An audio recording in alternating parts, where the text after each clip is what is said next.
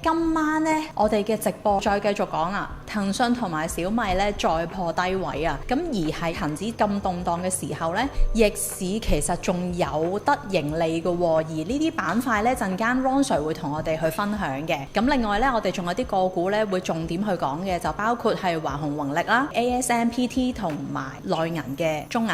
咁而我哋呢，亦都有一個免費嘅資訊群組。呢一個群組呢，我哋會好快咁樣喺上面發放一啲活動或者影片分析俾大家嘅。咁如果大家咧唔想錯過最新嘅資訊嘅話咧，記得要掃翻畫面上面呢個 QR code， 又或者喺留言區咧撳翻個連結，咁就可以加入翻呢個免費群組噶啦。咁咧，適逢啱啱禮拜日咧係父親節啊，咁我都想咧祝各位咧做爸爸嘅話咧，都係身體健康啦。我知有好多觀眾係超人爸爸，係啊，真係一日做好多嘢，花好多時間。祝各位超人爸爸父親節快樂。咁雖然咧 Ron Sir 就未做爸爸啦，但係咧都想了解下你同爸爸過往嘅故仔喎。如果舊觀眾就應該知嘅，新觀眾可能唔知。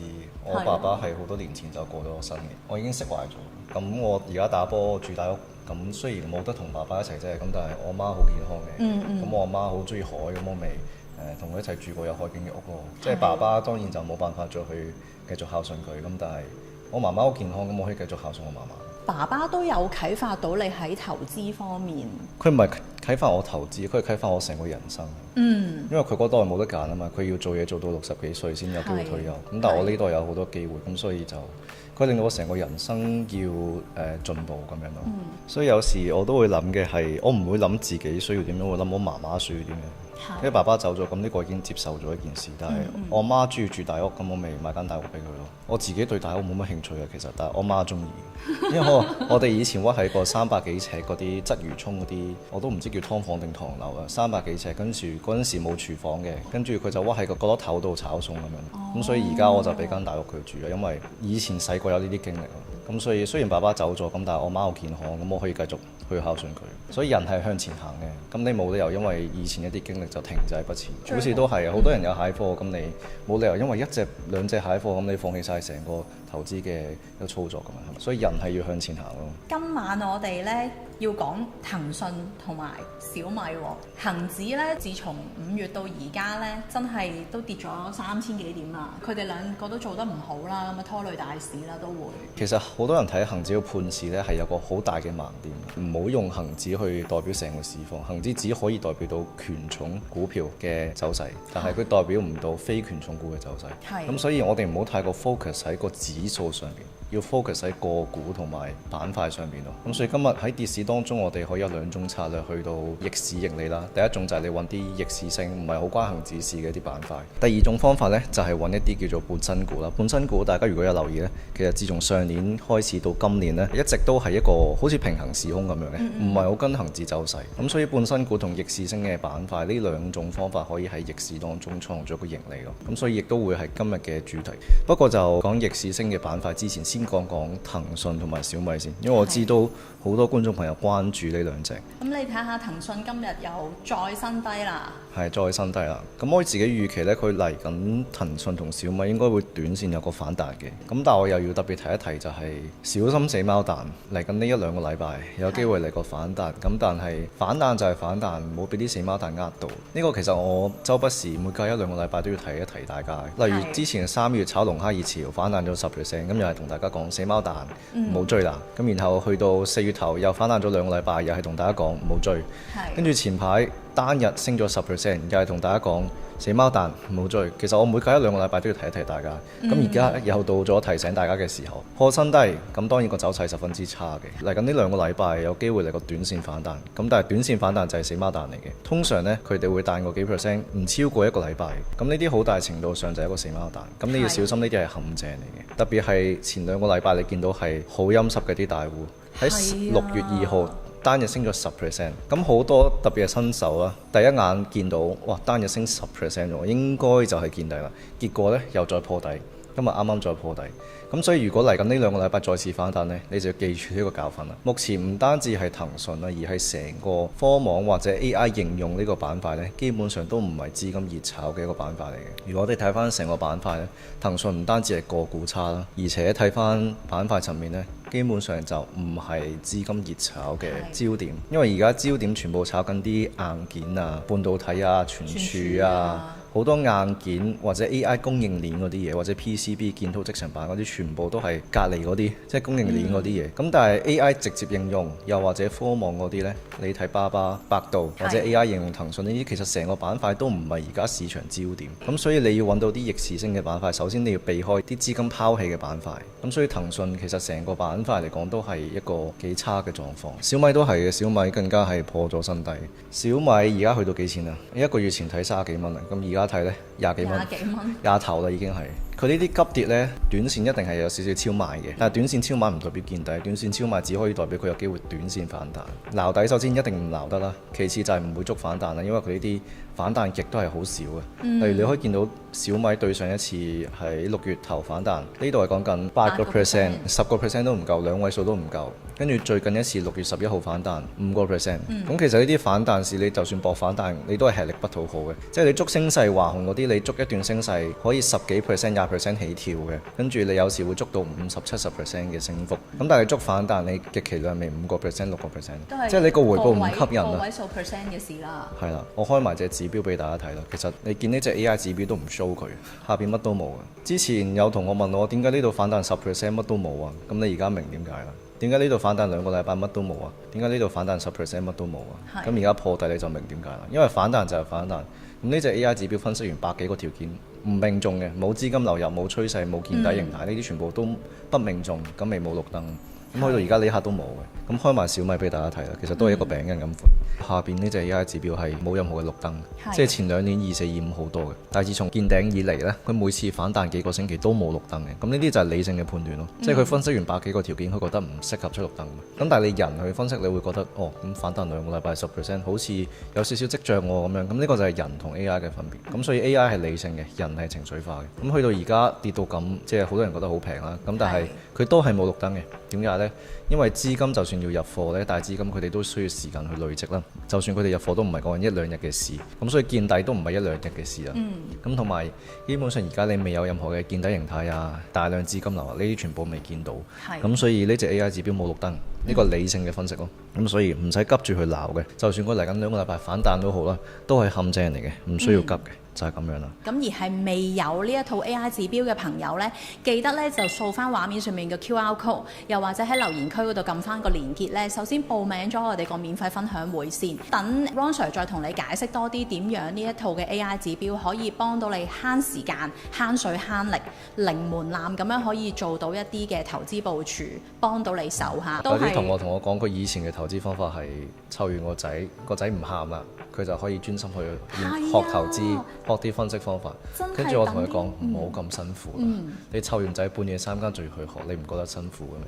佢話辛苦㗎，但係冇辦法啦咁。咁但係呢個係1-2年前我聽到嘅嘢。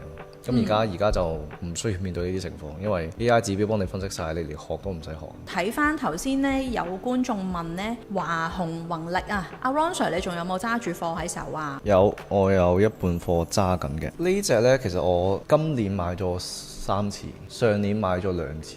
上年係7月同9月，7月就係呢度有幾粒綠燈，我係34蚊買。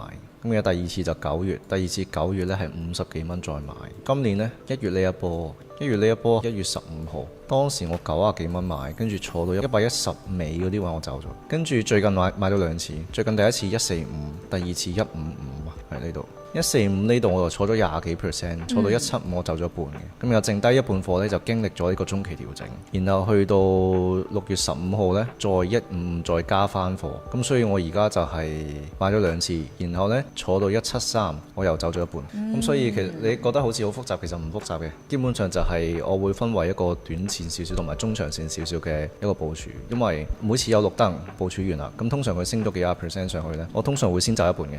因為呢啲短線高位走一半，我係貨自己安全啊嘛。之後就算股價要經歷個調整，好似華虹，其實我上次賺完20%喺5月尾，咁之後其實佢調整多2成半落嚟嘅。咁如果你任何少少貨都唔走，你就咁經歷呢個2-3成嘅調整呢，你會好驚嘅。同埋你冇任何嘅盈利去抵消你個風險。咁所以一般嚟講，上次我賺20%，我走一半，咁我就可以好舒服、好安心咁樣去經歷呢個2-3成嘅調整啦。咁然後去到今個月15號，我又再加翻貨。咁所以我自己策略好簡單嘅，佢短線升咗20%啦，咁我會走一半，咁然後剩低嗰一半呢，我就繼續坐中長線少少。咁當然啦，你睇翻佢而家個勢呢，其實都好大機會會繼續突破向上嘅，因為你見到恒指最近係跌到七彩啦，咁但係華虹半導體基本上唔跌嘅，資金流係極正面啦，咁再加上佢個走勢完全係抗跌嘅。咁同埋你睇翻佢板塊呢，唔單止係華虹有資金去買啦，其實佢有啲半新股啊，即係半新股嘅半導體股票啊，其實都係相當之唔錯嘅，所以係成個板塊都有大資金去買緊。例如呢隻兆易創新3986，咁呢隻3986呢，其實都係近期一隻半導體嘅半新股升得好勁啊！你見佢對上一次係5月18號呢度出咗綠燈，咁然後560幾蚊升到800幾蚊，升到300蚊。咁最近呢一次6月17號出綠燈，770幾蚊突破，然後一升到1000蚊。1000幾係啊！咁你見佢每次升親又係幾十%咁樣升上去。咁你會發現呢，華虹宏力又好啦，兆易創新啦，其實成個板塊呢，半新股或者啲大中型嘅股票，其實成個板塊啲資金係咁掃，唔係掃一隻半導體喎，佢成個板塊最好啲係咁掃。咁所以華虹我仲有一半貨繼續坐，我預期佢有機會會創新高嘅。咁當然啦，呢個係我本身已經低位有貨140幾同150幾有貨啦。但係如果你話你而家呢刻冇貨嘅，咁呢啲位就有啲高咗少少啦。咁當然你唔使淨係 hold 住華虹嘅，你可以睇下啲半導體嘅半新股啊，或者 ASMPT 啊，或者中芯嗰啲會唔會出信號咯？又講起 ASMPT， 咁佢而家個走勢又係點樣呢？係有個短期回調嘅，而家呢個位其實係 OK 嘅。首先佢係一隻好大波幅嘅股票啦，咁佢而家現價佢哋個止蝕182蚊做止蝕嘅話，即係6% 嘅風險。咁你諗下6%你 O 唔 OK 咯？呢個風險。咁佢有板塊趨勢嘅，因為啲資金唔係淨係買呢隻啦，成個半導體、大中型啊、半新股啊嗰啲係咁掃嘛。個股嘅綠燈都係有嘅，咁只不過個風險就係6-8%，咁你自己睇你接唔接受到啊？不過呢隻我要再諗諗部唔部署，因為我本身揸緊華虹啊嘛，嚟緊要諗下加邊隻咯。因為半導體股呢，其實都已經講咗好一段時間，就係喺 AI 應用股都真係做得冇咁好嘅時候呢，偏偏呢半導體嘅板塊呢就係非常之好啊。咁而我哋呢，有好多嘅同學仔呢，真係就算喺恒指呢個幾月跌3000幾點都好啦，佢哋就係喺呢啲咁樣嘅逆市上升嘅板塊裏邊呢，真係賺到錢，而成績係非常之亮麗嘅。阿 Ron Sir 嘅嗰個指標一出綠燈嘅話，呢啲同學仔就已經可以做到財神上身呢個動作。有啲同學同我講，佢之前錯信咗某啲人揸咗巴巴、騰訊，咁然後呢，同埋小米啊，係跟住呢，而家就用華虹半導體去幫佢補血。哦，啱喎。咁所以好多人有蟹貨呢，你諗住要回到家鄉，你最起碼等幾個月或者半年、1年都有機會，甚至乎唔一定回到家鄉添。咁所以與其話等佢，不如揀啲啱嘅股票，資金真係熱炒嘅焦點，然後賺翻個盈利，冚翻你蟹貨嘅損失，呢個會比較實際少少咯。因為我哋有啲同學仔呢，都直頭可以做到5位、6位嘅收入啦，喺呢啲逆市上升嘅板塊裏邊，就係靠呢一個 AI 指標。阿 Ron Sir 花咗好多心機落去開發嘅呢一個指標，可以幫大家呢好簡單咁樣呢揾到一啲潛力股票出嚟，咁跟住做到部署。咁大家都會問啦，我點樣可以了解到呢一套 AI 指標呢？就係請大家呢喺個畫面上面呢掃翻個 QR code，又或者喺留言區嗰度撳翻個連結嚇，去報名呢一個 AI 指標嘅免費分享會。咁由於係免費嘅關係呢，就真係名額有限嘅。咁所以大家呢，記住趁住而家畫面上面有個 QR code，掃一掃佢，報咗名先，了解咗呢套 AI 指標點樣可以幫到你慳時間，跟住陪下屋企人啊，跟住同埋做嘢好忙都仲可以做到部署嚇。分享下